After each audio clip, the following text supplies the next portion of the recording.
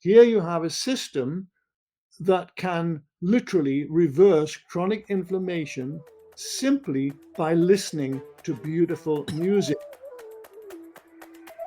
Oh, this is major. It's like the next big thing. Come catch the wave, yeah. Yeah, watch what's happening. A force of nature. Hit 'em like lightning. Be the creator of the next big thing. We're the movers and shakers. We are the dreamers, the makers. We stand on top of equators. We are the limitless. We got the future, no papers. We are the innovators. We have the focus like lasers. You know we doing it big. Oh, this is major. Greetings and welcome to the Compromise to Alchemize podcast. I am your host, Dr. Neil Bulchandani, welcoming today the amazing acoustic physics scientist, Professor John Stuart Reid. As you will find out, he is the inventor of the Cymascope, and that invention is revolutionary. Sound made visible. So he is actually lit up and blazing with this passion to educate and inspire the world in the field of cymatics, which is the study of visible sound. He shares on this cymatics research that he conducts via scientific conferences in Europe and the USA. He has used the Cymascope instrument to differentiate between the sounds emitted by cancer cells and healthy cells. That's published in the Water Journal. And, if you know the Shift Network, he has taught on there back in 2022. His course was Cymatics, Sonic Science, and Music Medicine. But just last year in 2025, they launched Frequency Medicine and Cymatic Science. And I love the way that he's sharing this on a broader scale. There's just so much that I enjoy talking with him about, and just definitely getting into the mind of an inventor of something like this is both fascinating, and he has this really significant part of his journey has to do with healing. So you'll hear more about that, and you'll find out more about the main Cymascope. Plus, there's also the it's like a more portable version that he created. But then the Cymascope is an app. I got it, and it's really cool right here. So if you see that, that's actually part of. I recorded the intro music, and then it shows all the sounds, the visuals of the sounds, and it's pretty cool. So I'm excited to do more experimentation with the app, but the instrument itself is far more complex than an app on a phone. So he'll tell you more about that. And just to kind of add in a little bit more of his bio, he's got a study on dolphins and how they see with sound and communicate sonopictorially. This was published in the Journal of Marine Science. And then he's got a recent study on the effects of music on longevity of red blood cells. That'll be published this year. So there's so much more that he has in the works, and I am so excited to now be connected to him and to potentially have him on for future discussions and collaborations. So without further ado, I hope you enjoy this conversation I had with John, and please just let us know what you think.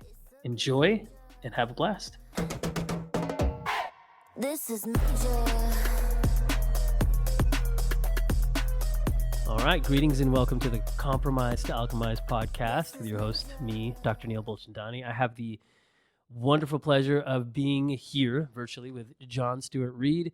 And for those of you who know him, you might be saying, oh, good, nice to meet you, Neil, because you know John's pioneering revolutionary work. I mean, I'm just so amazed by what you've done, what you've discovered, and your long history of working in the field of acoustics to healing, and your invention of the Cymascope. I've downloaded I got the Cymascope app that's come out, and I didn't tell you that before we hopped on, but I was experimenting with that this last night, but then this morning, and I totally forgot my djembe. I was going to bring in my djembe, my drum, my African drum, and play that while seeing, because I know you've mentioned those deep sounds, those frequencies that it can put out are really often really good. But I wanted to just, of course, welcome you on. And then with a lot of people, I'll just do a bio before you hop on. But I wanted to like talk a little bit through who you are and what you've done so that I can ask you some questions around that. But let's just say hello and thanks for being with me, John. It's a great pleasure to be with you today. I've really been looking forward to this conversation. I've heard a lot about your work, but we've never connected before. So yeah, it's going to be a real fun conversation, I'm sure. Yeah, I want to ask you this question. I've only asked this to one other person. Gail Tully, she invented the harmonic egg. I don't know if you know of that. It's an amazing chamber. It's beautiful. I've been in it, and but I'm going to ask you this question: if you were describing you and the work you've done to somebody, let's just say they weren't on Earth, they're in the cosmos on another planet, and they probably know everything, right? They're very aware, but let's just say they you were trying to explain who you were, and they've never been on the Earth, but they've only seen it from afar. How would you explain give me like a 2-minute version of who you are, what you've done? Wow, that's quite a question.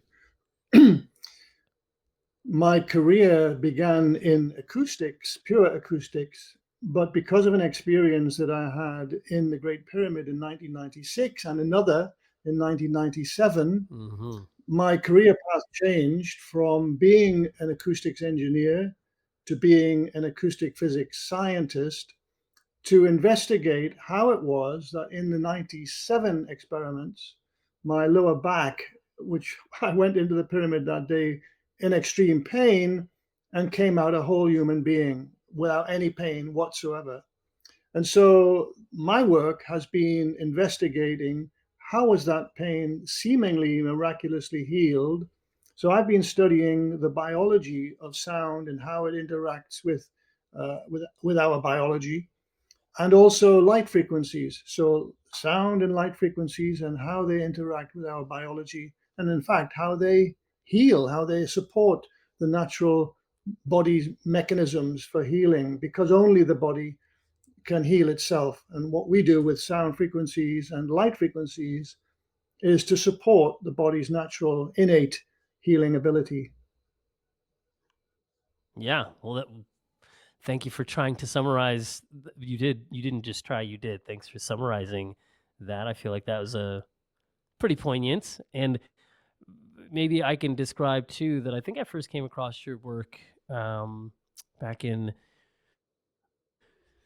through someone else, but it was in 2009, and an acoustic engineer was presenting on cymatics, just his dabbling in that. But he's somebody who I know had been mentored from afar by your work, and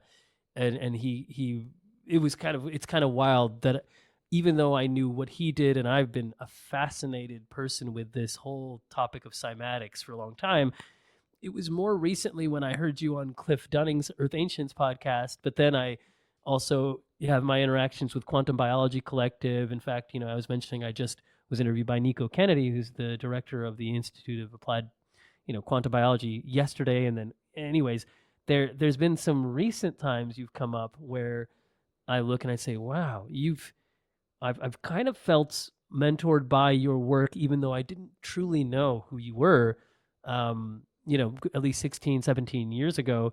And this Jerry, this acoustic engineer, presented this really breathtaking, awe-inspiring, smattering of videos that showed sound made visible, and not just in a vacuum of what that means, but how does that truly, provoke us with awe, but how does that also lend insight into the healing we can arrive at? So, I know just for even somebody like Eileen McCusick with her tuning fork brilliance, she's talked about you as such a pioneer, and you I know that you have a long history in acoustic science, and that's really intriguing in and of itself. But you've really then through those encounters, I know in Giza and other instances in your own back pain healing, you've gone into such a long history of studying the wide breadth of healing and taking all your innovation into now this, you know, this big instrument that people, if they had thousands of dollars or tens of thousands, right, they could buy it. But now you've got an app, and it's just amazing that it's now available. Like, people can get this app like me, and we can look and we can see the way that that sound made visible can even interact with us on a very I think healing level. So Yeah, I'm um, very proud of that app, by the way. I think, it's been the product of many years of research and investigation, and now we've got this. Well, we had an app prior to this new app, but it was limited to the first 40 notes of the piano in terms of the bandwidth of the app. And now the new version has up to 77 notes of the piano. So almost, yeah. the whole of the piano bandwidth. So I'm very proud of it. Perhaps the aspect of the app which I'm most proud of and most excited about, Neil, for the future is the articles section, because we have Mm. in this, when you open the app, top left-hand corner, you've got a burger bar. If you tap Hmm. on that, you go into the articles and videos section. But both of those sections, videos and articles, are not stored in the app. They are on a remote server, and you obviously have to have an internet connection, with your phone or your iPad or whatever it is, to be able to access those articles and those videos. But the beautiful thing about that is that we can upload new articles, new videos anytime we wish to. And so, one fine day you open your app and there you find an entirely new article or video. And the article that I'm actually drafting right now is on the liquid crystal. It's called the liquid crystal human. It's basically Mm. all about the piezoelectric effects of the human body and how sound creates electricity in the body, and likewise how electricity and electromagnetism, when they enter the body, they create sound in the body. So it's a really exciting article. But this app That's has exciting. all of that.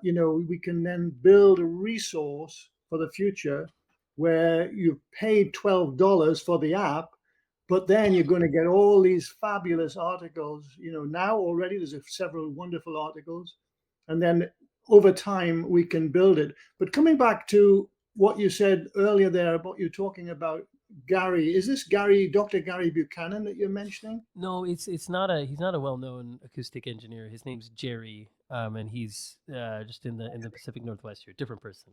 Yeah. Okay, I just thought it might have been Gary Buchanan, the late Gary Buchanan. Ah, okay, okay. I think that app. When I heard you share about the article portion, I was giddy because I know I'm like, well, now I have the app and I get to see these, installations as you put them in there. In fact, fascinated by your article that you're writing. I have two books in the works. One is The Floor of the Mouth, the pioneering work I'm doing with the floor of the mouth and all of that lends insight to with the tongue and airway. But also, there's another book called The Crystalline Promise. And it's not just about fascia, it's about way more about the fluidity of life, the body, coming from my, nearly 20 years of clinical practice, but also the forays I've done into sound and, laser and other technologies. So I need to use your article as a reference for some of what I'm going to talk about, certainly. So I'll ask you about that when I'm further along in the process. But it's exciting. So I got the app. I know it's not it's a meager amount to get a revolutionary device. And I recorded a video or me singing earlier, and I'm really excited because it's really cool when you see the way that your voice, you know, captures, or when the app captures your voice. And I was playing around with the notes, playing a little piano that's on there, and it's like, ooh, I love this. So for sure, for the musician of me, I'm mainly a vocalist, but I play the ukulele, I play the djembe, a lot of percussion instruments, and all those things. But Well, I let feel me like, briefly go ahead. explain Neil, the difference between the app and an actual Cymascope instrument. Oh, I'd love that. I'd Because love that. Thank there is you. a big difference. Yes. So with the app, if you're talking now about the cymatic aspect of the app, in other words, making sound visible or making music visible, the imagery that you're going to see on this app screen concerns the fundamental frequency of whatever music or sound you are making. It only concerns the fundamental frequency. Right. What I mean by that, is any musical sound contains some fundamental frequency, but then a whole series of harmonics that give that particular, say, the musical note tells us that that's a piano or that's a harp or that's a violin or whatever. We can have our eyes closed, hear a note from a violin or a piano or a harp, and we know instantly what that sound is coming from, what instrument is coming from. And it's the harmonics, of course, that tell us, we've learned from being a baby what these sounds are, and we remember those harmonics. So we instantly recognize any musical instrument, say, right? But with the Cymascope app, it's only looking for the primary note. It's not looking for the fundamental note. It's not looking for all those harmonics. So in the background, it has what's called a fast Fourier transform analyzer, and it's constantly looking for the fundamental frequency in any given sound in the environment. And then it puts that on screen as a beautiful dynamic cymaglyph, as we call them, the word that we use for sound image, cymaglyph. So that is significantly different to an actual Cymascope instrument. I have one behind me here, actually, which I can bring into the frame. Oh, this is great. There's an actual portable Cymascope instrument, which is actually still in development, but we're almost there now. And the difference is that instrument contains a body of water, a small body of water. And when sound enters into that body of water, it meets trillions of water molecules that are just randomly moving about. We call this Brownian motion. There's no particular order to them. They're just basically moving about with the thermal dynamics in that water. But as soon as sound enters into that water, it instantly, well, very, very quickly, let's say within a tiny fraction, just a millisecond or two, organizes all of those water molecules into great beauty. Well, I say great beauty. If the sound is beautiful to the ear, it will be beautiful. The image that you see, the cymaglyph, will be beautiful, because beauty begets beauty when it comes to Cymascope principles, cymatic principles. Beauty begets beauty.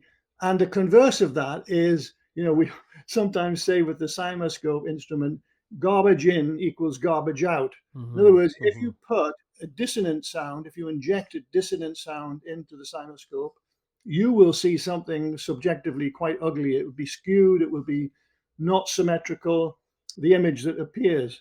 So what's happened anyway in this arrangement that we have with the Cymascope instrument, this technology, is that sound has this seemingly magical ability to organize matter. And that principle goes right back to the beginning of time, actually right to the beginning of the universe, because one of the mainstream models of the universe now, in fact it is the mainstream model, is that in the first 470,000 years, give or take, according to theory, by the way, of course, the most potent force in the universe was sound. And some people say to me, well, how can there be sound, in the vacuum of space? Well, of course, in that first 470,000 years of the universe, it wasn't a vacuum. It was very, very dense matter. And sound, of course, can travel through any dense medium, any dense matter. And so according to this mainstream model of cosmology, it's why we see today, if we look at the heavens through a powerful telescope, you would see a group of galaxies in one area of the heaven, a whole group of them. There could be hundreds, perhaps even thousands of galaxies in one particular group. And then a huge void before you see another group of galaxies. And then if you pull back a little bit, you see that these groups of galaxies are in an organized fashion, that literally in a kind of geometry in the heavens. And the reason for that, according to this theory, was sound in the early universe causing this organization. And then if you come back to, present day, and you look at, for example, the planet Saturn, if you look at the north pole of the planet Saturn, you see a giant hexagon. I mean, when I say giant, it's so large it could swallow 3 Earths, and yet it is a perfect hexagon. How does that happen? Well, again, it happens because of cymatic principles. I'm not going into all the details of it now, but suffice to say that cymatics is still at work today. It was at work in the early universe. It's at work on the north pole of the planet Saturn, and it's at work right now on planet Earth. In fact, I have a theory regarding the abiogenesis, the rise of life on planet Earth, that is in fact all focused on sound. Many biologists have puzzled over, well, still puzzling over how life arose in the primordial oceans of Earth. They talk about the prebiotic compounds, for example, that were seeded into the oceans of Earth from comets. And you probably know about that audacious mission by the European Space Agency, where they landed a spacecraft on Comet 67P. This was a few years ago now. They landed a spacecraft called, the main spacecraft, the mother craft, was called Rosetta, after the Rosetta Stone in Egypt. And the little small craft that came off the mother craft and landed on the comet was called the Philae lander. And it had a mass spectrometer on board, and it was able to sniff the dust. I mean, it's an audacious thing to do. It was traveling at 10,000 miles an hour, give or take, this comet. And yet they were able to achieve this. And when they sniffed the dust, they found, lo and behold, organic compounds. Can you imagine? Organic compounds on a comet. Anyway, this was a kind of a very, very firm evidence that the Earth's oceans had indeed, just like theory had suggested, been seeded from space. However, you've got now, let's visualize a soup of organic compounds in the oceans of the Earth. How is that soup of ingredients going to come together to create a living cell, right? And that's the big question that still puzzles biologists today. What I say is, what was the organizing principle? You have to have one. And what I see with the Cymascope instrument every day, Neil, in the lab here, I see great beauty. And very often, just by happenstance, I turn the dial on an oscillator or whatever and see in the water of the Cymascope what looks like an early life form. Literally, just literally turning a dial on a pure frequency oscillator, and there is something that looks like a starfish or looks like a trilobite. So strongly resembles these early creatures. And that got me thinking, and eventually I created a whole hypothesis concerning how sound literally caused organization of these prebiotic compounds into actual life forms. And then, at the end of that concept, that idea, is the question that if sound did in fact trigger life in the primordial oceans, then shouldn't sound be able to heal life? If it created life, sound should be able to heal life. And in fact, the last 25 years, almost 30 years now of my career has been focused on exactly that question. How does sound heal the body? The biological mechanisms is what I've been focused on. And it is a fascinating journey that I've been on. I'm still on to this day. What a journey. Oh, I went so many places there as you took us on that journey. I have so many questions. And The one, and I want to ask you more about the Cymascope itself, and go back to that. So of course we won't forget that because you created it, and then there's no way I can't come back to that to ask you that. But I just want to know. Well, yeah. First of all, when did you invent it? And then second of all, for somebody who has been seeing sound made visible for so long, has this influenced the way that you speak, sing, or maybe it's not making you sound different, but I think you know what I'm getting at. How has the knowledge you have from an invention pioneer perspective, because you know how wildly true this site is, how has that influenced the way you view you speaking, singing, or people around you? What an interesting question, Neil. I've never been asked that one before. You come up with some really great questions. Well, to answer the first question about the Cymascope instrument and how it came into reality in the world, I've told this story many times, and I'm going to just keep it very brief now because I know we've got so many other topics to talk Yeah, about. and I'll be sharing the links to your interviews on some of the ones that I've come across recently where I really feel like you delve into the origin story of how you invented this. So thank you. I'd love to go into places that you haven't talked about as much because there's Yeah, just so much. You have so much within you to share. So yeah, true. please do though. Explain, give a little context. Just I'd love very, that. very, very briefly, Sure. kind of a thumbnail Yeah. approach to this. In 1996, I was in the Great Pyramid with my daddy, and we were all alone. And I lay in the sarcophagus, which I know is a little bit naughty, but as an acoustics engineer in those days, I really wanted to do that. And I made a vocal glissando, and that vocal glissando, lying in the sarcophagus, literally changed my life. It was amazing because it felt like every cell in my body was tingling at one particular note.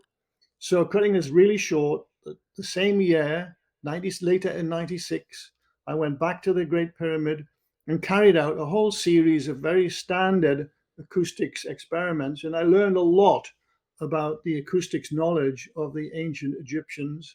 And also, I was so inspired by one thing that happened in that series of experiments, which was when the whole sarcophagus in the king's chamber began to beat like a heart, boom, Mm. boom, boom. And that really got my attention because it reminded me very much of, well, a heart, obviously, and having read about the potential for the Great Pyramid as a place of resurrection. In fact, it was Dr. Rene Friedman, the famous Egyptologist, American Egyptologist, who said that the Great Pyramid, in fact, all the pyramids, were resurrection machines. That's the way that Mm. she described them. So that beating heart of the sarcophagus during the acoustics experiments, that really got my attention.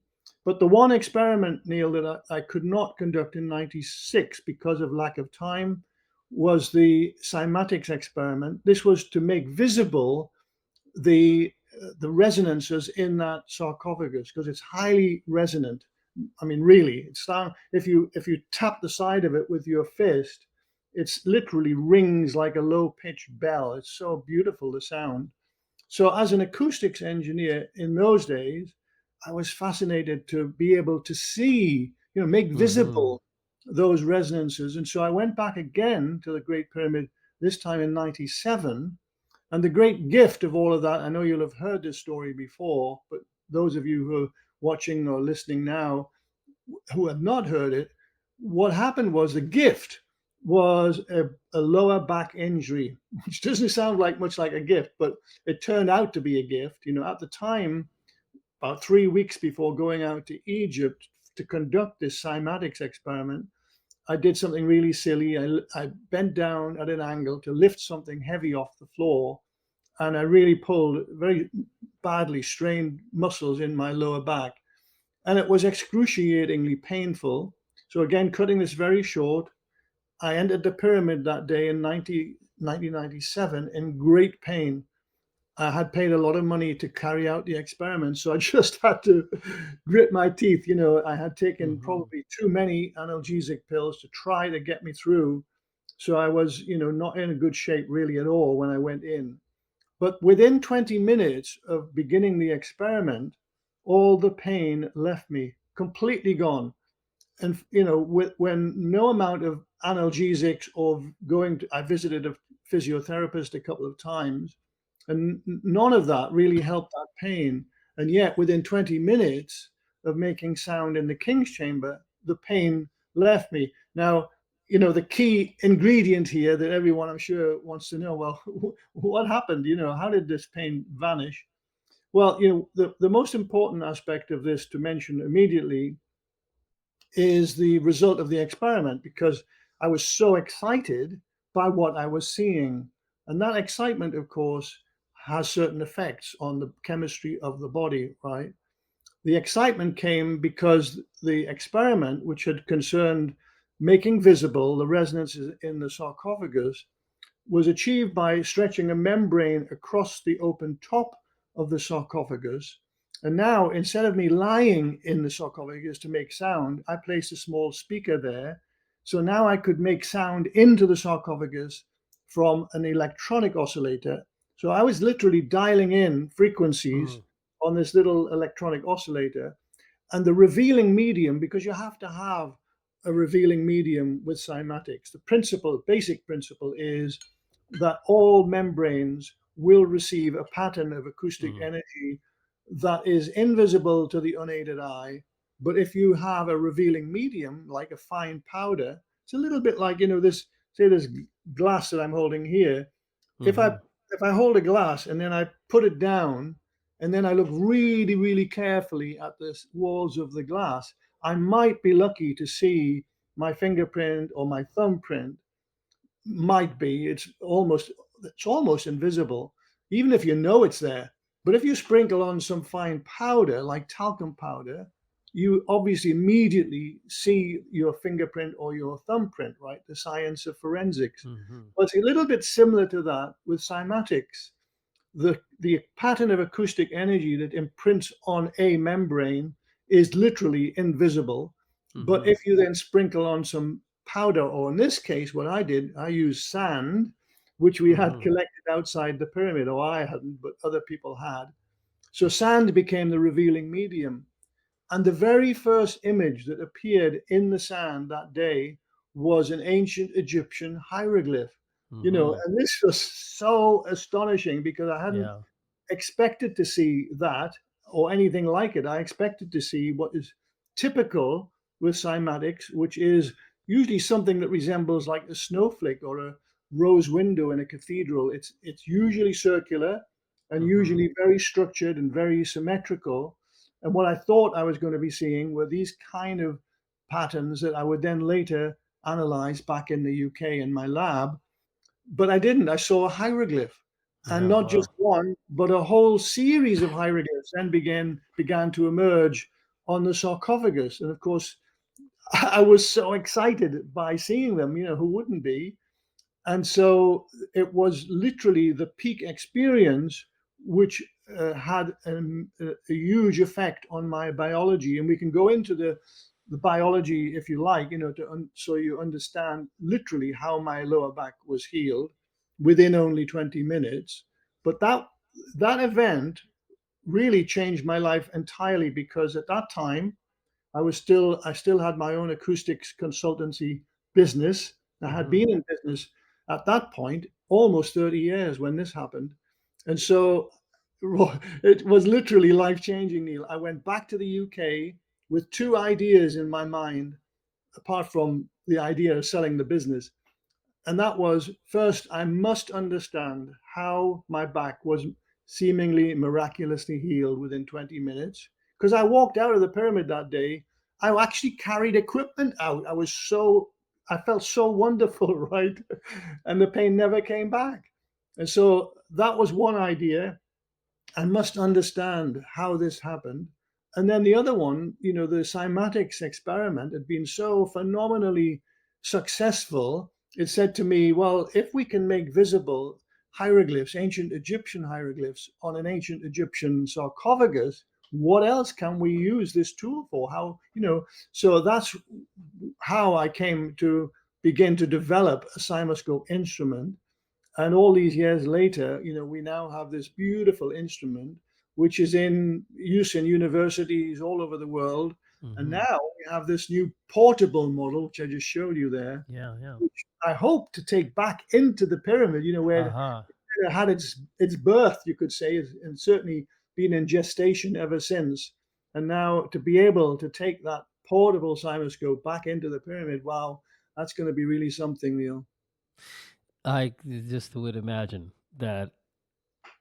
Yeah, I could only have a tinge of imagining what that would feel like, because I can't really imagine what it is to be you in that place of having had this unique journey, from pain to extraordinary discovery. And so you showed us the portable instrument, and it's like probably, like the size of a 3-gallon jug or something like that. I feel like, I mean, obviously it looks much cooler than a jug.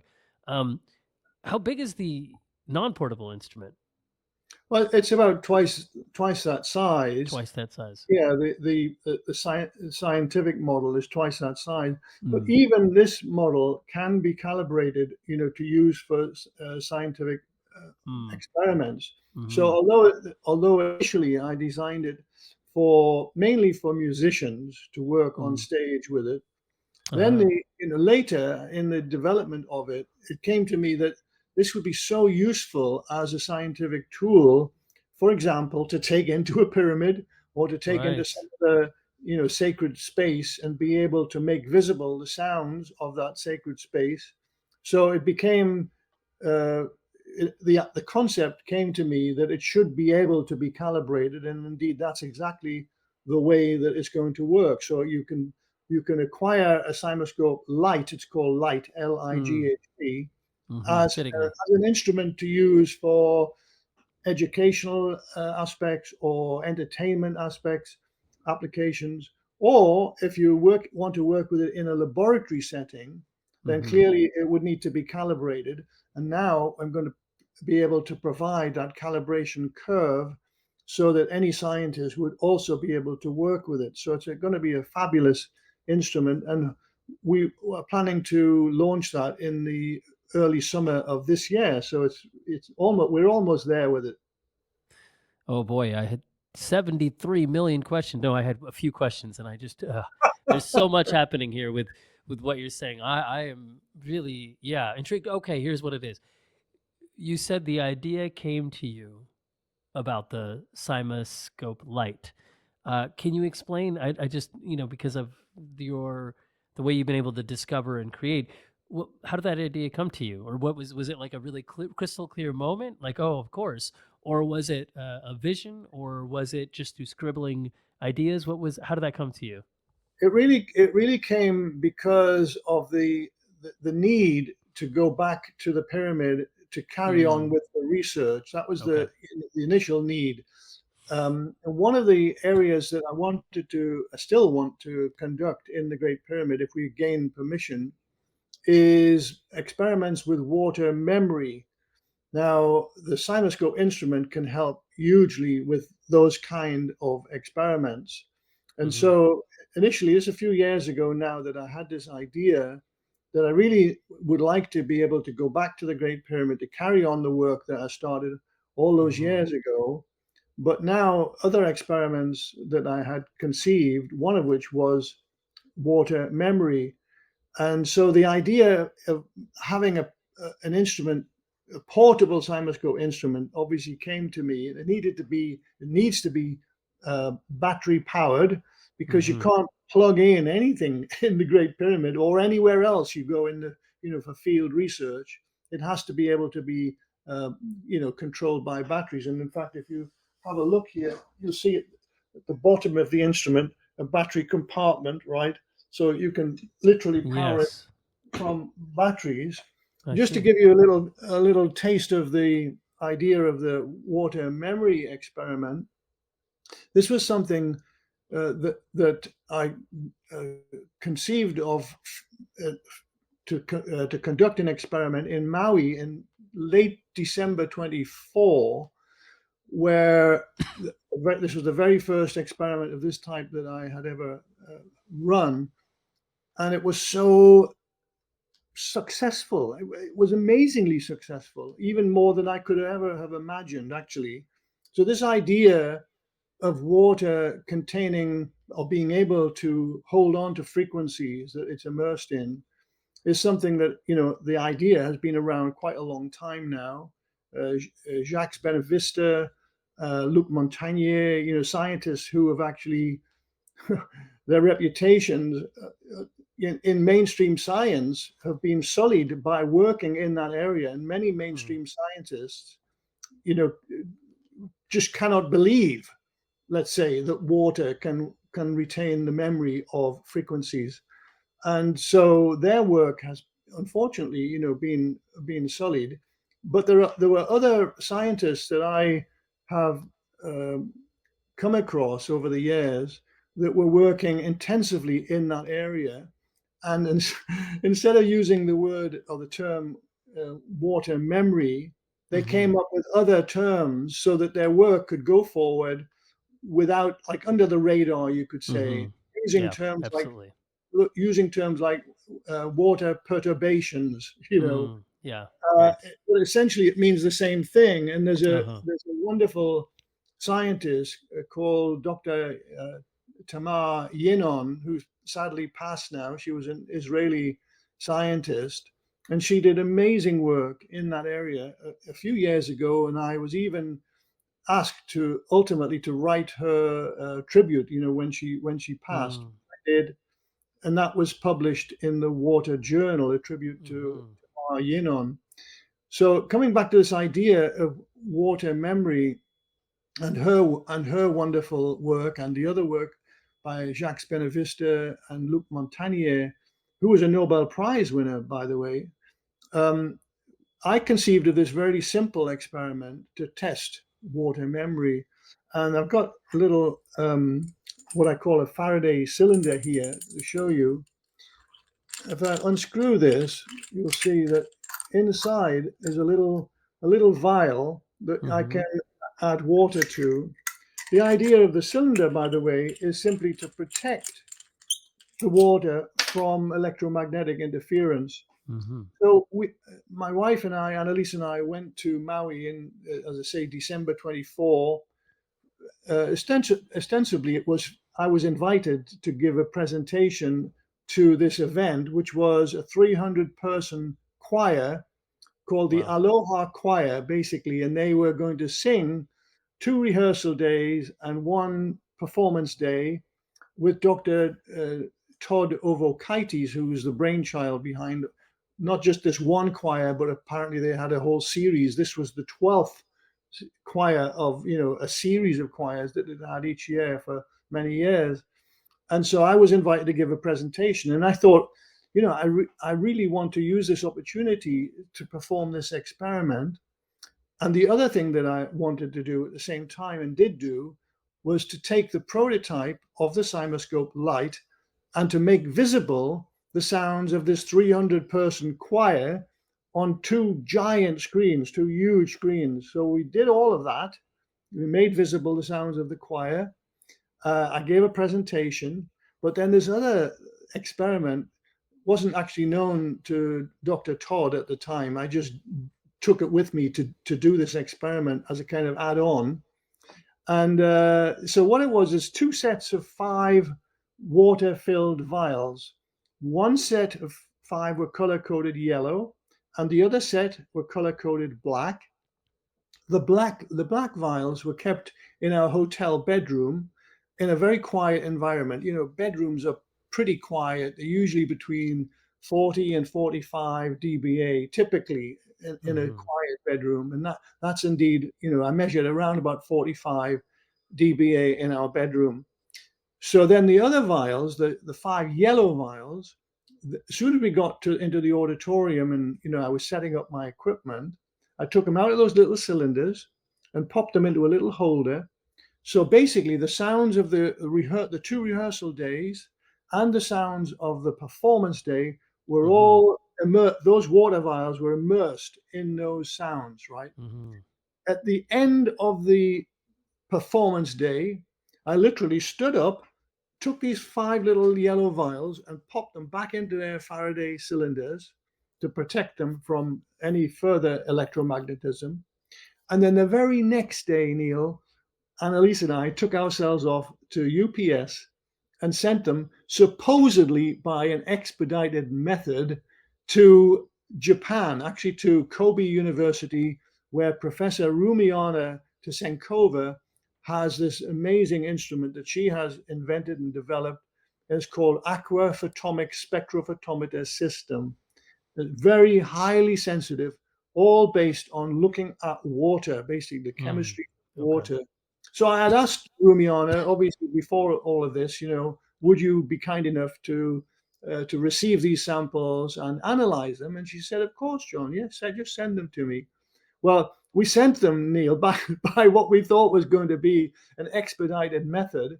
By the way, this was just before Christmas when this event was in Maui. And I think this is the reason why it took 2 weeks for these little 10 vials to reach Kobe University, right? And I was, all the time after the New Year, I was so concerned that they hadn't reached Japan, and I thought, any signal that might still be in the water would have been long lost because of all the drilling and the aircraft and then other forms of Right. transport and so on, right? But it turned out I was completely wrong. When Professor Rumiana performed the experiments, and she came onto a Zoom call with me subsequently, she showed me the spectrum analysis and underlining the yellow vials, because she showed me literally a photograph of the yellow vials, and underlining that, she put the word sound. Mm. And I said, well, hang on, Rumiana, how do you know for sure? You're being very certain here about the result. Oh, she said it was obvious. It was very strong signal in the water Mm-hmm. from the yellow vials. So that had to be the vials that were immersed in the auditorium. And this is a very important result, Neil. I mean, it's showing that not only that water, just pure water, in this case, medical grade, triple distilled water, has the ability to remember frequencies from 2 weeks before, right? Mm-hmm. And a very Yeah. clear signal. Yeah, that's a But long half-life. it's also saying essentially that our bodies, which are made up of a very high percentage of water, Yeah. also remember the signals of, say, music, if we're immersed in a musical environment, Mm-hmm. or perhaps the converse of that, if we're immersed in a noisy environment where the sounds are chaotic. What is that doing to our biology? Right. Right. So it was Yeah. a very important result, and to be able to repeat that, because you need to do that, obviously, for science, from scientific rigor point of view, we do need to go other places, like we go to the Great Pyramid, conduct a water memory experiment in the Great Pyramid, and other places. There's another place that I would love to be able to conduct similar experiment, and it's called the Baraba Caves, so-called caves. They really shouldn't be called caves, but this is the name that's been given to them in history, Baraba Caves, and this is in northeast India. And Mm. the reason that they're not really caves at all, I mean, a cave is a natural space.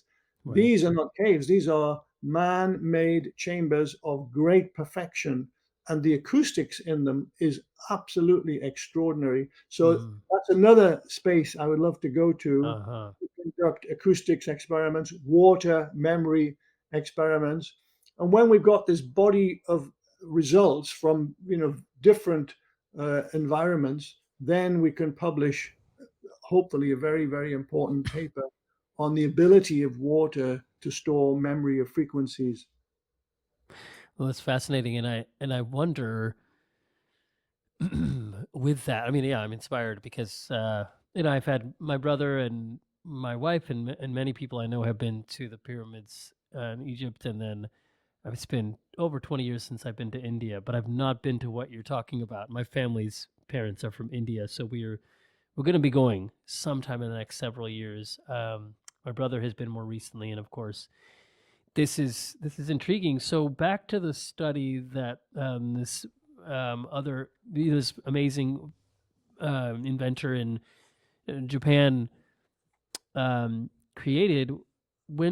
And you may have said this, but when looking at the findings, what exactly was seen, and was there more detail that you could give on how did she know, and what was she seeing, or what is there more detail to that part? Well, I can't say too much more now because this hasn't even been published yet in Right, terms of right, peer review and so on. sure. What I can say is that you need to look at her system, which I think is available online. You can look it up. What an Aquaphotomics system does. Okay. But essentially, it's a spectrophotometer system. So it's looking at the absorption spectra of infrared light that they pass through the water, and then a very sensitive photodetector picks up the signal. And with that system, they're able to determine the spectra of the water itself, and anything that will change that spectra. You could have, for example, you could have water that has dissolved solids in it, solutes or whatever. Different types of water will produce a different set of spectra. And what Rumiana was seeing and showed me literally, in terms of graphs, was a very different spectra, very clearly different to the basically the pure water, which had just been kept in their cylinders the whole time. They were filled here in the lab and never opened at all until they got to Japan. So that was just pure water, medical grade, triple distilled water, no solutes, nothing in it, right? And then the other water, of course, it had these 3 days of immersion in not only human voices, 300 people singing their hearts out, right?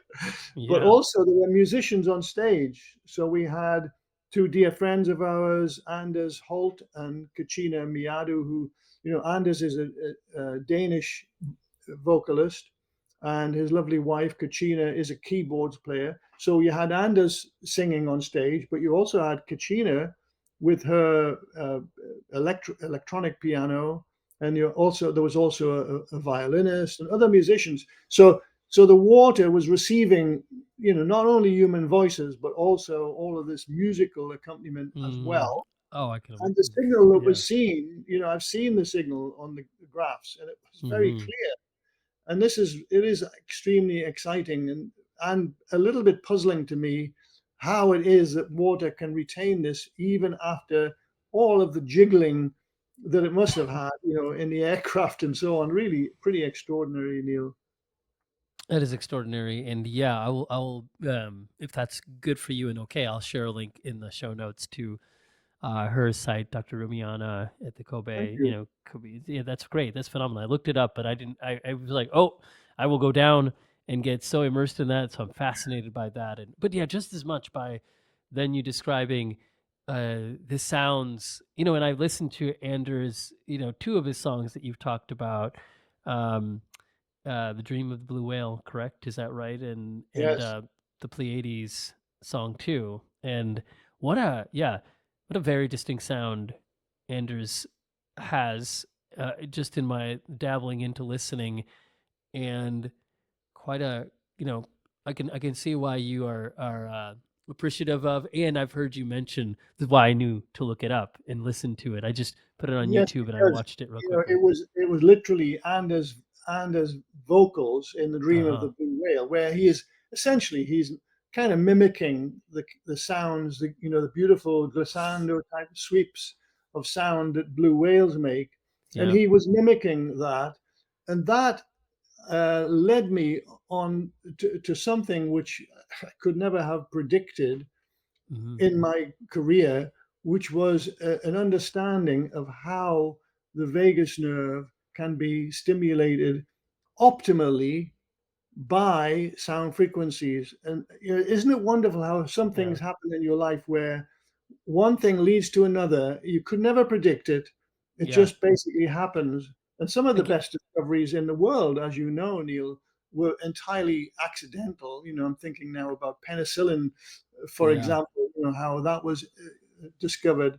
Anyway, what happened in this case in relation to Anders Holt is that there was this. I had been reading so many papers on the vagus nerve and how if the vagus nerve is optimally stimulated, uh, typically by electrical stimulation is the way that many medical papers are talking about it.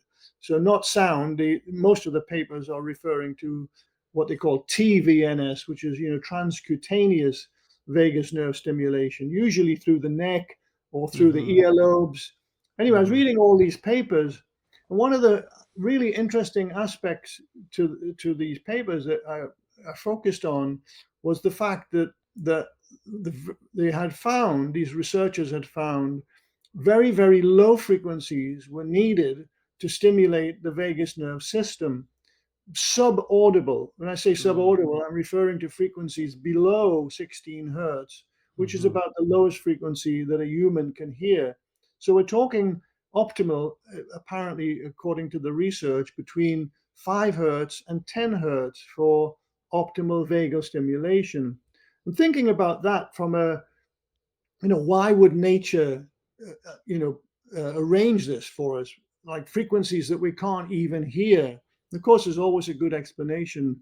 And in this case, if you think of going back millions of years in the evolution of the rise of mammals on Earth, they, their environment, just as we have today on planet Earth, consisted of sounds from ocean breakers, ocean waves crashing on the seashore, the Mm-hmm. sound of the wind in the trees, the sound of waterfalls, the sound of Mm-hmm. white water rivers. All of these, if you look at the spectra, the audio spectra for all of these different types of sound, every one of them contains subaudible frequencies, right? If you look on a Mm-hmm. spectrum analyzer. So this is obviously the energy in the subaudible range is far higher. There's always more energy in the subaudible than there is in the audible. And I guess this is why nature arranged things this way. And then the other really interesting aspect to the vagus nerve, before we get into Anders Holt, I just mentioned this, is that the question of why nature arranged for the vagus nerve system to go straight from the brain stem to the pinna of the ears, sometimes Mm-hmm. also called the auricle of the ears. And I like to think of the pinnas, these outer ears, as being like mini parabolic dishes. Mm-hmm. And if you put your hands behind your ears like this, Yeah. you hear Yeah. so much more clearly sounds from the great distance and so on, because you're increasing the area of the pinners and of these little mini parabolic dishes. But my point here is, why did nature take the vagus nerves, two of them, the two branches, to the two pinners of the ears? The first place the vagus nerves go, the auricular branch, right?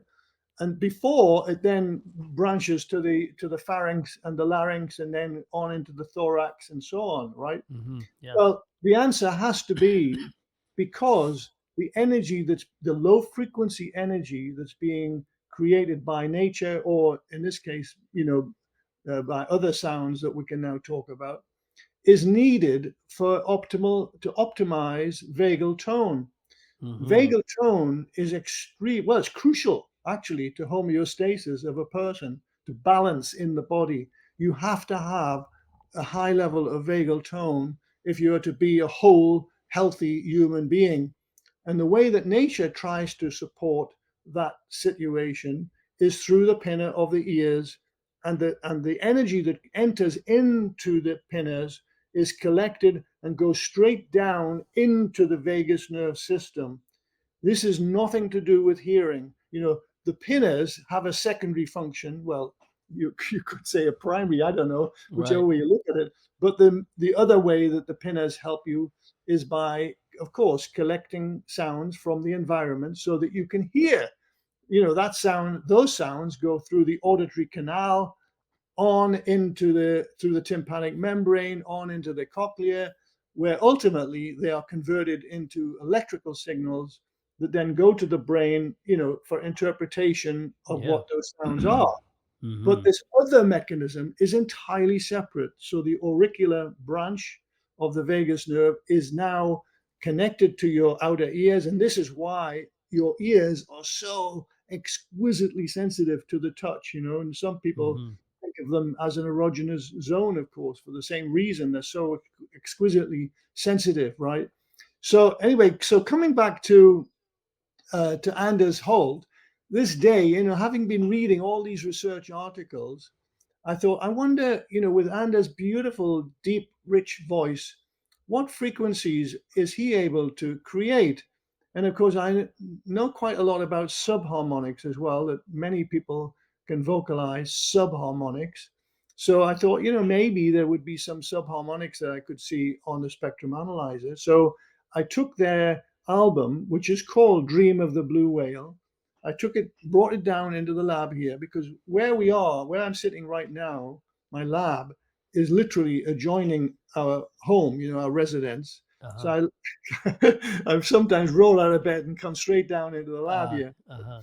Anyway, so I brought the CD down and I looked at it on the spectrum analyzer and I got a really big surprise, Neil, because this analyzer that we have here in the lab, the lowest filter curve is 12 hertz. The lowest LED bar graph is 12 hertz.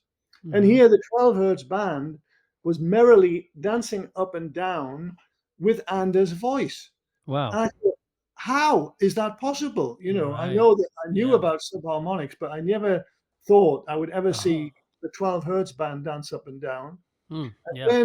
And then there are times, if you get that album, listen to it, and it's exquisite. There are times when Anders stops singing and Kachina's keyboards carry on, right? Beautiful keys, long, slow chords, gorgeous chords. And then when Kachina's keyboards were playing, there's the 12 hertz band dancing up and down.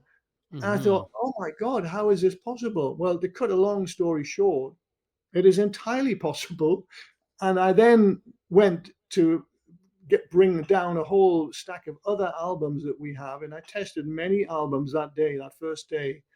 And what I found was really very surprising, Neil, that only a very small percentage of the albums have this effect where very low frequencies, extremely low frequencies, are being created. And what it turns out, cutting a long story short, these frequencies are not on the CD, or if it's a digital media file, they're not on the file. And the principle, by the way, works for both digital media files and for CDs, right? Exactly the same results on both. So the frequencies are not on the CD and they're not on the digital file. So where are they coming from? Well, they come from what's called the what I now call the audio heterodyne effect. Mm. Now, heterodyning in electronics is very, very well known, and it's a principle that's used radio communications, television communications, all telecommunications use heterodyning, but it was unknown in audio until I made this discovery. And this is pretty astonishing when you consider I've been in sound all my life, and Hmm. yet I've never seen this phenomenon, right? Because I never looked for it, right? Right. But this day I looked for it. I looked for a result from Amanda's voice, and there I saw this very strange phenomenon. And it turns out that what happens is with certain albums of music, including The Dream of the Blue Whale, as the album is playing, in this case, it was literally a CD turning, right? As it's playing, now you think about the output, the RCA connectors at the output of the CD player, say, the signal coming out of there is not sound, is it? It's an electrical signal. It doesn't become sound. It's called an audio signal, right? It doesn't become sound until eventually it goes through some amplifier, and eventually reaches either a speaker system or a set of headphones, or earbuds. That's when it becomes sound. Everywhere else, up to that point, it's in the electrical domain. And this is where the magic happens with certain albums of music. The frequencies on the album mix together naturally and create what's termed sum, SUM, frequencies and difference frequencies. So some literally merge together to create new frequencies. Some are higher and some are lower. And it's the lower ones, of course, that we are interested in here because these extremely low frequencies are optimal for vagal stimulation, right? So I suddenly, in that moment, when I saw the 12 hertz band dance up and down and realized what was happening, I realized that here we have a new way to heal humankind through music. So not the transcutaneous electrical method, which gives you a tingly sensation in your neck or a tingly sensation in your ears. No, that's not particularly pleasant. And who wants to sit, you know, having this TVNS? I suppose you would if you were really sick and you wanted to heal, then of course you would have it. But in this case, what we know from the piezoelectric effect is that you don't have to put electricity in to create the sonic event. You can put sound into your ears, and the sound will create the electricity in the vagus nerve system. So in this case, it means if you listen to any of the albums on a list that I've now created that have this effect, it means you can receive optimal vagal stimulation while you are enjoying beautiful music. So how wonderful is that? And one of the most important aspects to vagal stimulation, there are many of them, but one of the most important, in fact, perhaps the most important, is that it can reverse chronic inflammation. And yet, in mainstream medicine, which we know is wonderful for dealing with acute conditions, but not so wonderful in dealing with chronic conditions, here you have a system that can literally reverse chronic inflammation simply by listening to beautiful music. Yeah.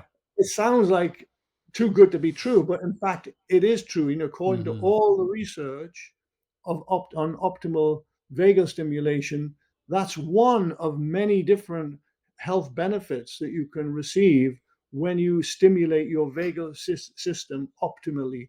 So it's a fabulous, discovery to have made, and if I live long enough, one of my dreams will be to make this system available to millions of people, basically. Because right now in the world, Neil, there are millions of people suffering right now from chronic inflammation and the pain that goes with that very often. So to be able to reverse that with something so exquisite as beautiful music, well, that would be a dream come true for me. Yeah, well, absolutely. I can, you know, witness or observe what you've done, the discoveries you've made, and inevitably, I can only imagine you've provoked so many people, whether they are acoustic scientists or healers or whatever, to go and administer the aspects or versions of sound healing, sound therapy, sound medicine. I know you distinguish between some of these. And I mean, I can just think of, so much that I'm sure you will accomplish. And, um, I just, one example is, the Rife machine. And I used to use that back in the day, again, not accepted by traditional science, of course, but I remember when I played a frequency through a portable version of that device that I had, and it was this woman who'd been through so much back pain, stenosis, and my body work was not accomplishing anything lasting for her. She'd feel a little, sore, or even not a little, a lot sore, and it would last temporarily.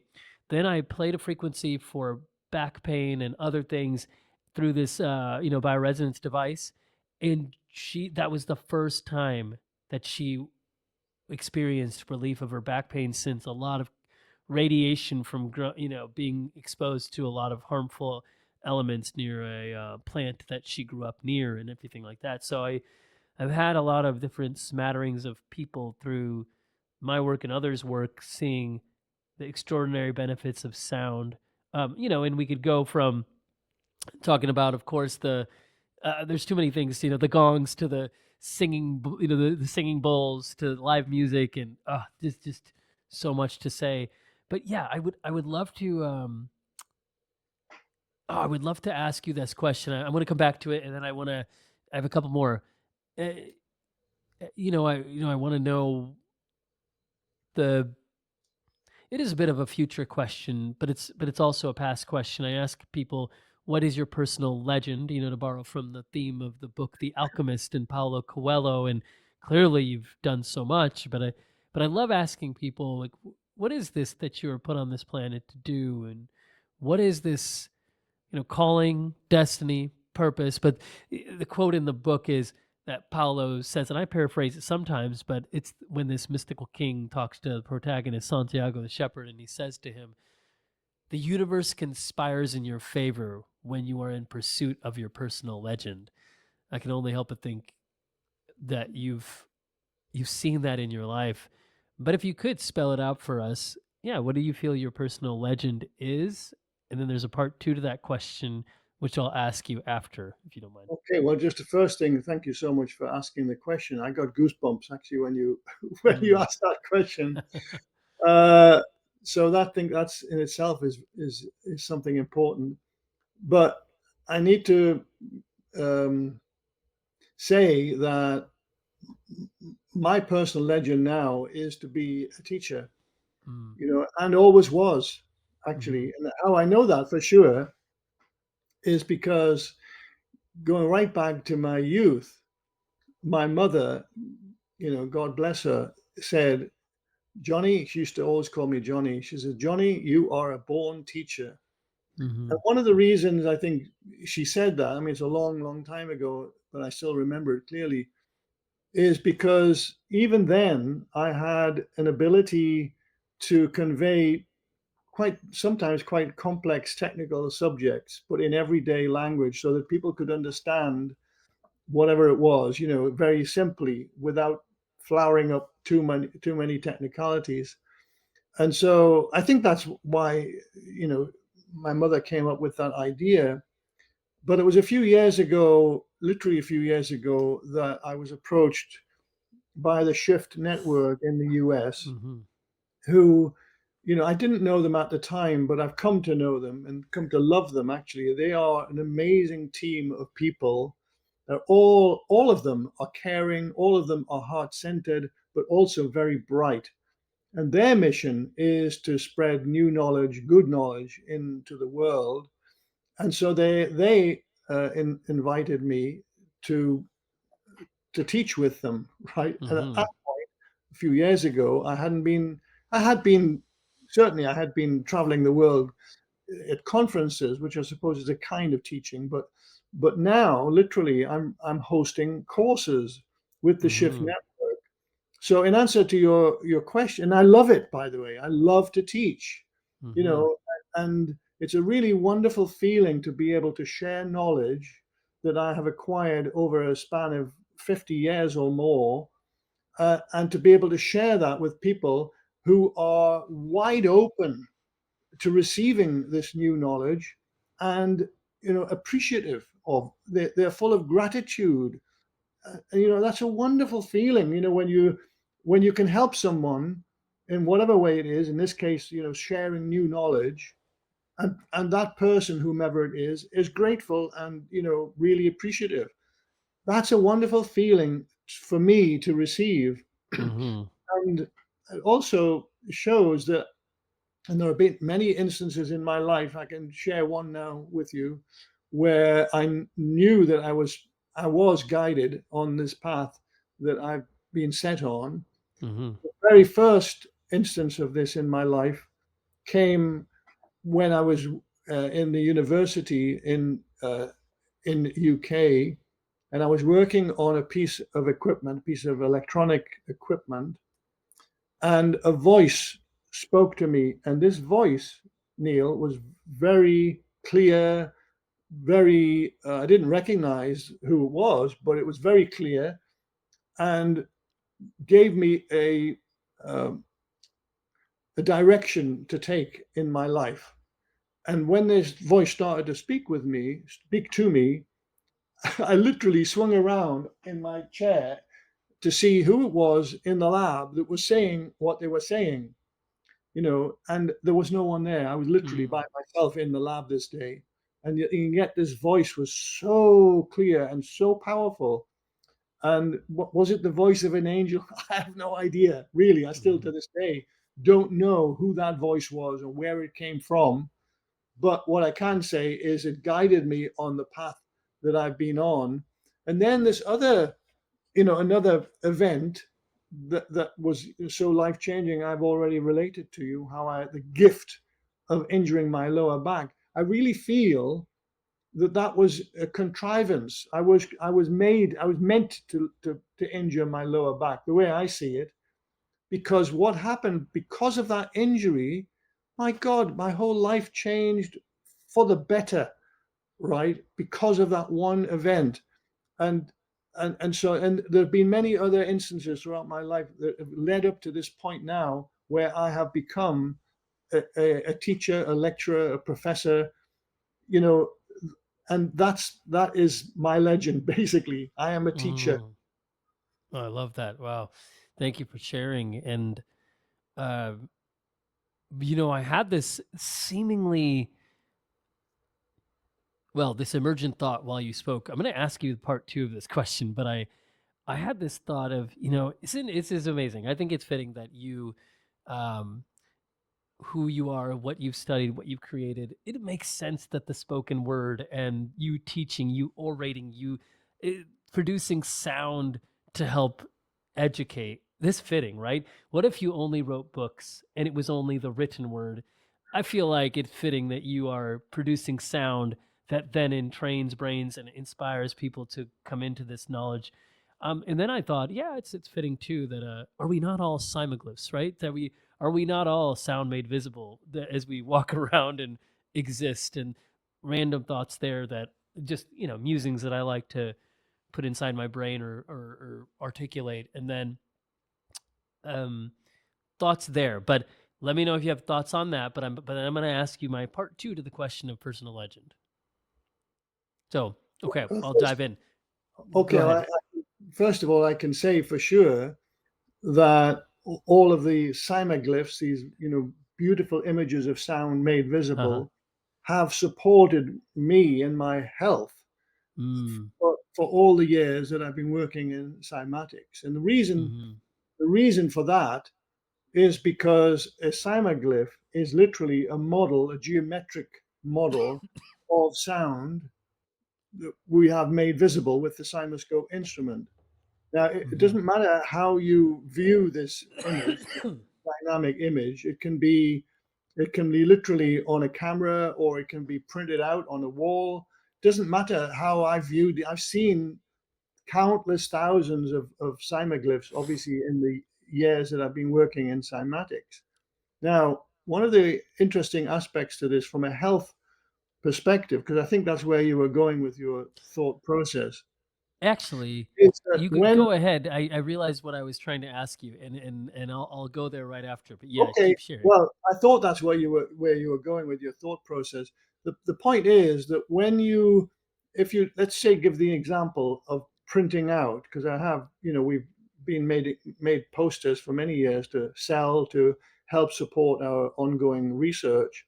If you have a poster of a cymaglyph, let's say we've got the song of the sun makes sound, all Mm. stars make sound.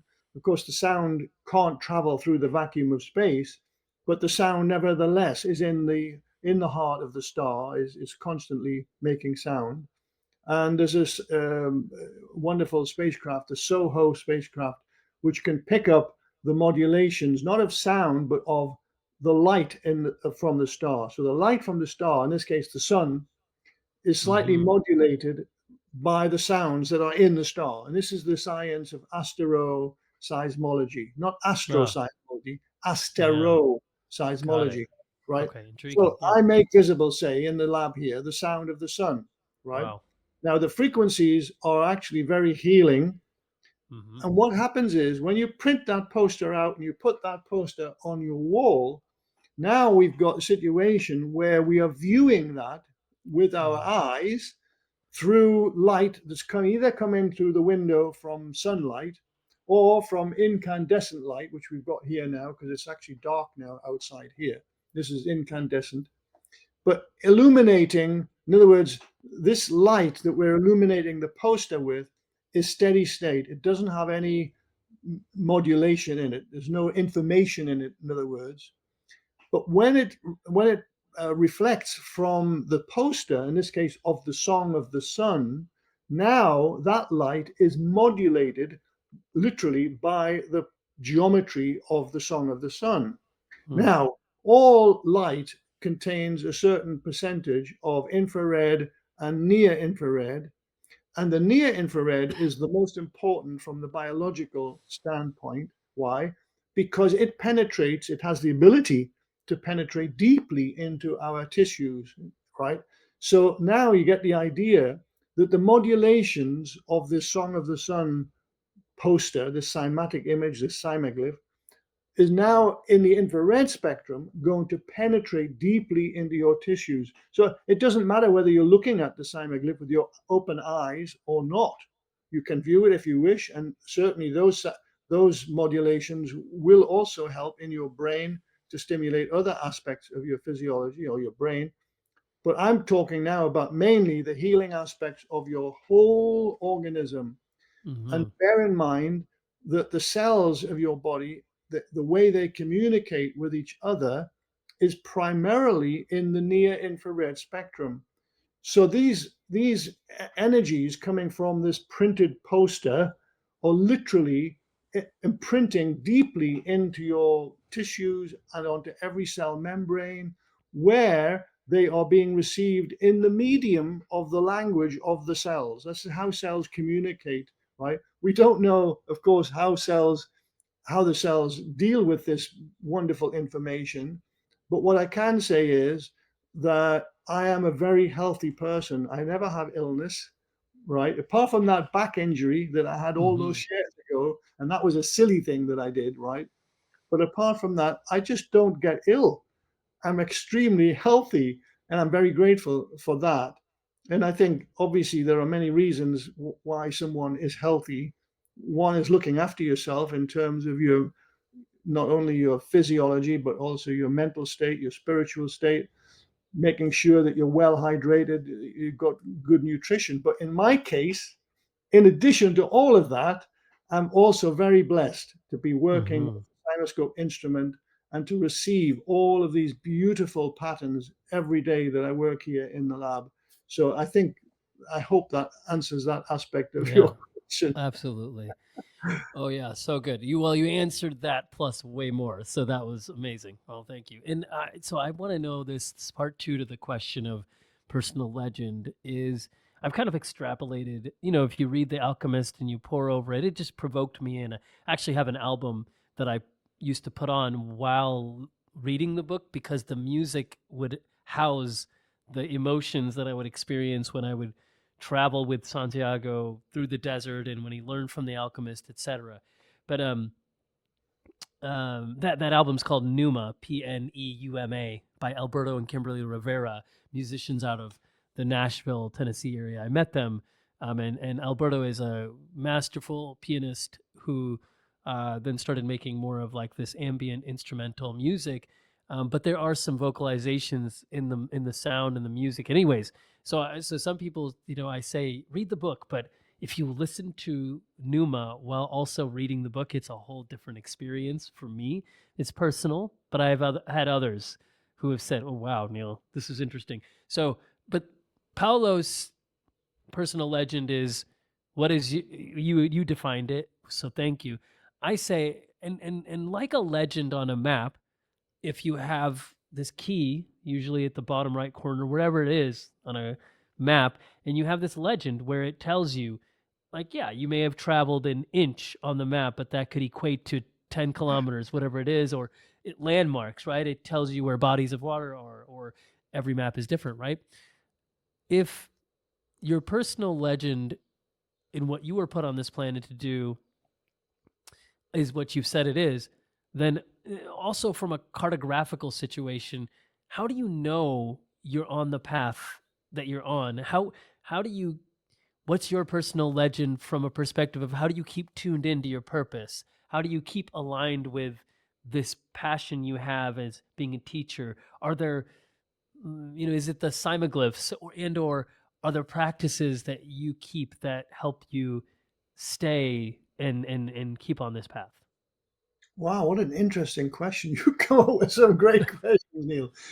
Well, I think the first thing to say is that I was born with curiosity, right? I am a born teacher, but I'm also Hmm. a born scientist. Okay, my Yeah. father, um, George, he wanted me to go into engineering. He guided me into engineering actually as a young man. Uh-huh. But even before my father, started to suggest that I should get a grounding in engineering first before, venturing into science. And I think he was absolutely right, by the way, because now, I'm an engineer scientist. I have a much broader perspective on science Hmm. because of the engineering. So, but going right back to my childhood, even before I started thinking about a career for myself, I had a very, very curious mind. Right. I mean, right from being a very young child of 2 and 3 years old, I remember playing with little machines that I was literally making at the time with a bobbin of thread, empty bobbin of thread, and an elastic band and a hair clip. And I remember these, playing with these little things. But I also remember asking questions of mainly my dad, because um, he was an engineer at that time. And, seeing my dad work, he had a little shed in the back garden where with full of electronics, right? Which obviously were highly inspirational to me, but because I was fascinated by electronics even then as a child, right, 4 and 5 year old child particularly, um, I just kept asking questions. And my dad was so patient with me, really, And so I can remember right from being a child the level of curiosity that I had was profound, and that has never left me. So Hmm. all of the years that I've been working in cymatics, even before I became the teacher that I am, the professor that I am today, all of these years that I've been working in cymatics, what's kept me going is that curiosity, that need to understand what's happening. Why does this work the way that it works? And so that's it in a nutshell. Curiosity is what's kept me going all these years. But now, even beyond, even in addition to the curiosity, I have wonderful feedback from my Hmm. students. Hmm. Literally today, I've been working on a document. It's about 40 pages of questions from my students, because one of Hmm. the things that I do in the courses that I teach, and I don't know whether I'm the only faculty in the Shift network who do this, I have no idea. But what I do is, at the end of every class, there is a Q&A session. And very often, of course, well, almost always, there's so many more questions left over that we're not time for. And so I say to students, please send your questions in and I will answer every question. And I take time answer the question. I don't just give one line, one sentence answers. I go into detail to make sure that the student understands every aspect of whatever the question was, that they get a full answer, in other words, and in very clear language, so that they absolutely get whatever they understand, whatever. So, and then I'm getting wonderful feedback from the students, and that has an amazing effect on me, which I've, only in the last few years started to really appreciate deeply. That feedback is so wonderful. In other words, they're so appreciative of what I'm sharing. So I get the joy of discovery from the curiosity, and then I get all this wonderful feedback from the students. I'm such a blessed blessed human being, Neil. I mean, really am, to have the health, to have the love of my life, my darling wife, to have the love of my children. I have three lovely children, and then to have all of this besides. I mean, how blessed can any person, any more blessed can any person be? I'm really very, very grateful for my life.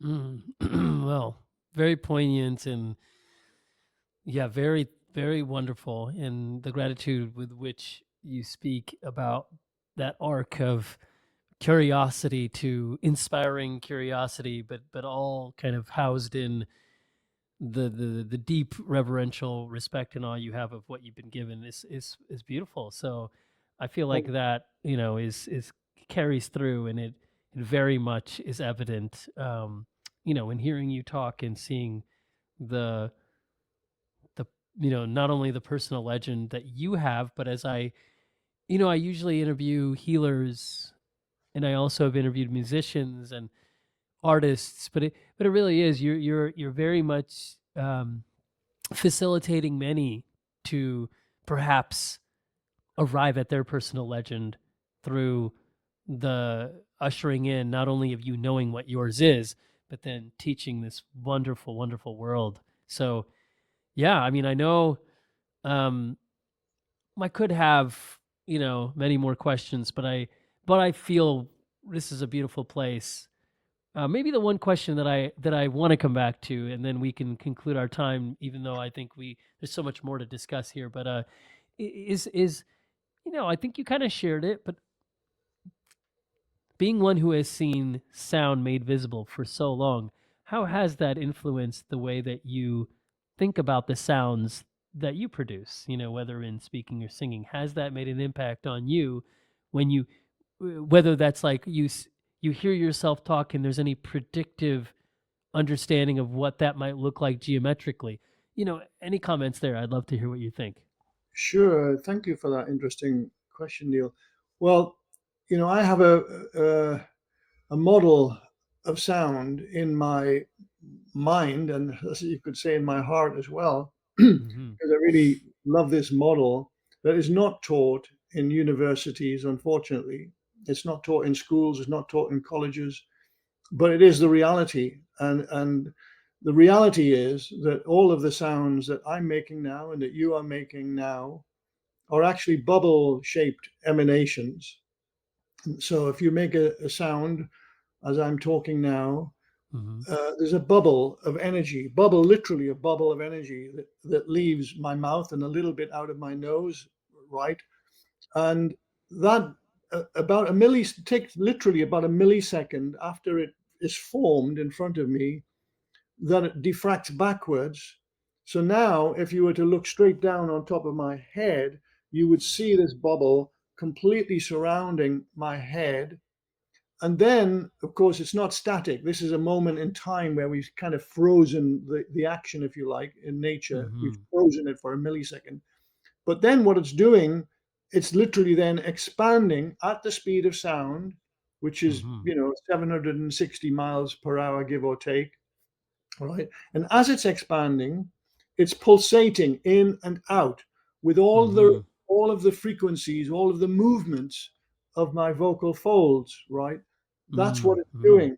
Now, this bubble of sound, as it's doing this, if we were to graph that motion, it would look like a wave. Mm-hmm. So what we're stuck with in science today is the term sound wave. Right. And it's such a completely misleading term, Uh-huh. because Yeah. if you were to ask anyone who's not a scientist, who's not an engineer, what is the shape of sound, they would say to you immediately, Neil, well, it's a wave, isn't it? That's what we're taught in school and college and university. It's a wave. In fact, you can even study the mathematics of that wave. It's a sinusoidal law. It has Mm-hmm. a very specific law. The way that it vibrates is very much, like a pendulum swinging between two points, right? It's a sinusoidal wave function. We can talk about it in mathematical terms, which just simply reinforces the idea of sound as a wave. But sound is not a wave. Mm. Sound is a bubble shape. All audible sounds, I must stress this, Mm. all Mm. audible sounds to humans are spherical in their space Mm. form. And it Interesting. doesn't Yeah. have to be necessarily perfectly spherical. We could use the word spheroidal, Mm-hmm. meaning like bubble shaped, but not necessarily perfectly spherical, right? So I'm not going to go into all the technical details of why that is so. But the other aspect to this that proves this to everyone that's listening and watching to this right now, because it's a bit of a revelation if you've never been told this before, right?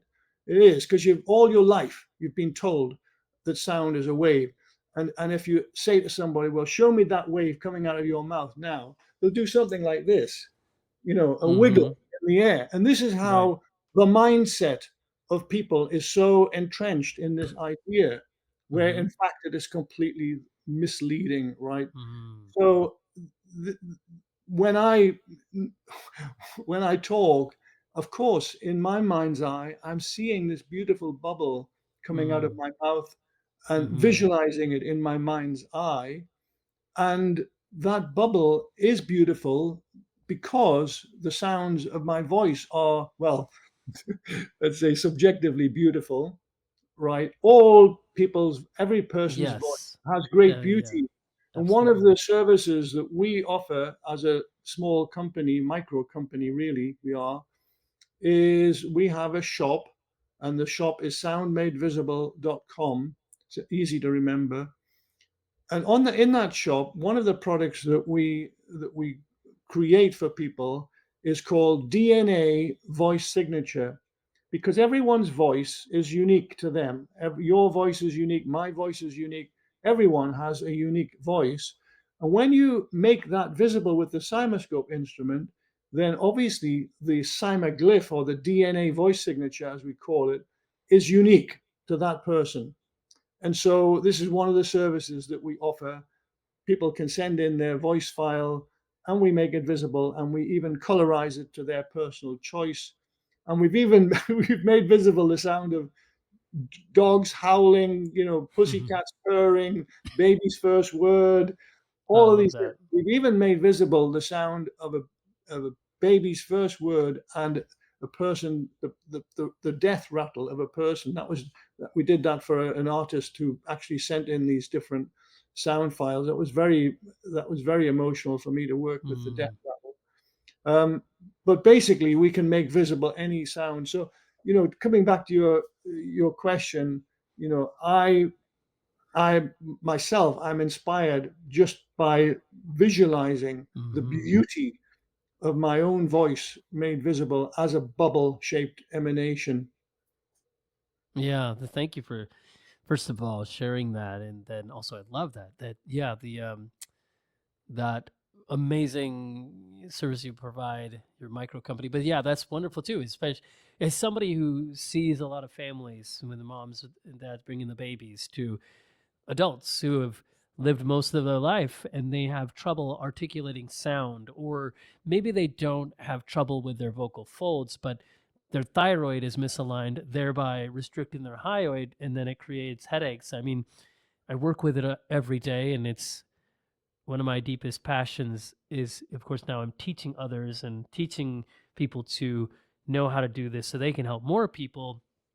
So, but as somebody who works with many from those first moments, and of course, I'm a dad, my wife Dawn, and then we have 3 kids, and seeing when they were born and hearing their first sounds, it's precious. So, that would be such a great uh, gift to have is those sounds made visible. So, well, for sure, we'll have that link so people can go to Thank you, that because it and does help it helps to support the research. That's the only reason that we have the shop. It's not, we're yeah, we're not trying to make money, but we have to raise money in order to conduct the research. So that's the way that we do it, and it's a beautiful thing for someone to have yeah. the sound of, let's say, some elderly, parent or whatever. We make their voice visible, and when after they've passed, that is a legacy that they have passed on to their children. And it's, Interesting. it's a beautiful thing. It's their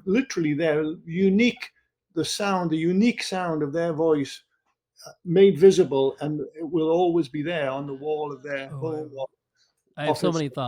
so many thoughts and questions, but I'll follow up with you aside from our Okay. time. Oh my gosh, that's so Thank you so inspiring much, and Neil. It's provoking. been a great pleasure. Yeah, it was what a joy to have you to have this time with you. Thank you for the conversation. Thank you for your curiosity, for the aspirational nature of how you provoke me, and I know you're provoking many to think more deeply about the sound that we have, and appreciative of that. Um, and yeah, I'm so excited for what people are going to say. So before we bid adieu, I'll say some closing words. Anything else that you want to share? Anything else you want to tell people about? They're going to have the links to follow you, but how can they find, for anybody who's just listening or just, watching, how Well, can they find you? thank you for that opportunity. Well, first of all, as I mentioned already, our shop is soundmadevisible.com. But in addition to that, our main research site is Cymascope.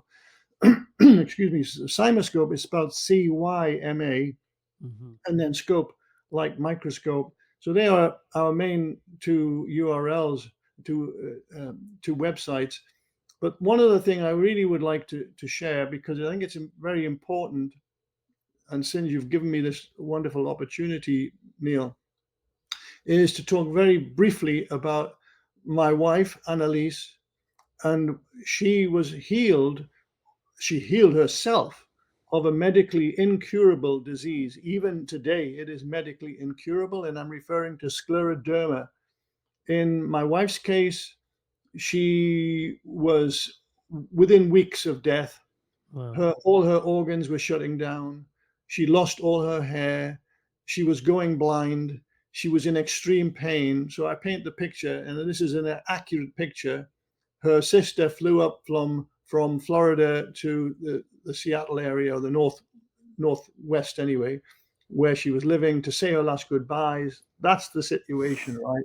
Hmm. And then she came across a paper by Dr. Glenn Ryan. So the hospital, by the way, had said, there's nothing more we can do for you. Go home, get your affairs in order, because you're not going to be long for this world. Essentially, that was the message they were giving her. She went home, but instead of believing that nocebo, she Hmm. started research online to find any other way that she could help herself. And she Hmm. came across a paper by Glenn Ryan, Dr. Glenn Ryan, which we still have to this day. It's a wonderful paper, and it talks about how uh, DNA can be reprogrammed. So your DNA is not fixed, as you know. It. Are you still there, Neil? Yes, I'm still here. So yeah, your DNA is not fixed. It's Yeah. malleable. Of course, it's being imprinted all the time. But in the case of illness, you can reprogram your DNA, which we now know, to literally reverse an illness, the disease, which in this case was life-threatening. So Anneliese, cutting a long story short, Anneliese, from this paper that Glenn Ryan wrote, published, was able to distill for herself, a protocol that she then applied to herself several times a day. And within 3 months, the disease regressed significantly. And within 6 months, the disease was completely gone, to Wow. the point where the hospital clinicians could not believe it. What have you been doing? Oh, I've been doing a consciousness-based reprogramming of my DNA. Mm. Oh, Hmm. we don't want to know that, right? Right. Right. Now, Anneliese, the reason I'm mentioning this is because Uh-huh. Anneliese now teaches this Oh, course okay. on DNA reprogramming. So anyone who has a serious illness that cannot be dealt with through mainstream medicine, DNA reprogramming online, and that is my darling wife's Annaliese's website, where she teaches courses on this, teaching others how to heal themselves from life-threatening conditions. And so, thank you for the opportunity to mention that. Oh, thank you. Well, first of all, wow, what an extraordinary journey of your wife from near death to surviving to now passing on and sharing and teaching. Well, yeah, I'm very intrigued about that because in my clinical work as well, and just people, it's just a resource like that. I need to. I'll dig into that, and also for Thank sure you. we want to share that. So thank you for sharing that and the extraordinary work your wife is doing. And And I look forward to learning more about how you help people with your floor of the mouth insights. I really, look forward to learning about your wonderful work, Neil. well, I look forward to staying in touch, John, and perhaps we can touch base and discuss another time. We can reconnect for a further conversation. I have some thoughts, but as we say, we'll let this percolate and you know create let this emanation create perturbations in the water of our bodies, the ripples outward. Right? No, I'm just kidding. But yeah, I'm very, very inspired, and I'm so glad to be connected with you, and can't wait to continue our conversation, hear what people think, and yes. So for those listening, please share this. You know, like we say, share this with one person, or copy and paste this anywhere on your platforms. Just screenshot it, send somebody that geeks out about sound or needs that resource that Anneliese has, or you just that they're into like acoustic science or whatever it is, and they do know John's work already, and then please share this, and again, comment, share with us what you think, and of course, I can't wait to hear what you think, and thank you so much for being with us. This is the Compromise to Alchemize podcast. And John, again, thank you for being on, and it's been a treasure to have you. Thank you so much, Neil. It's been a great joy. Many blessings to you. Thank you. Bye-bye.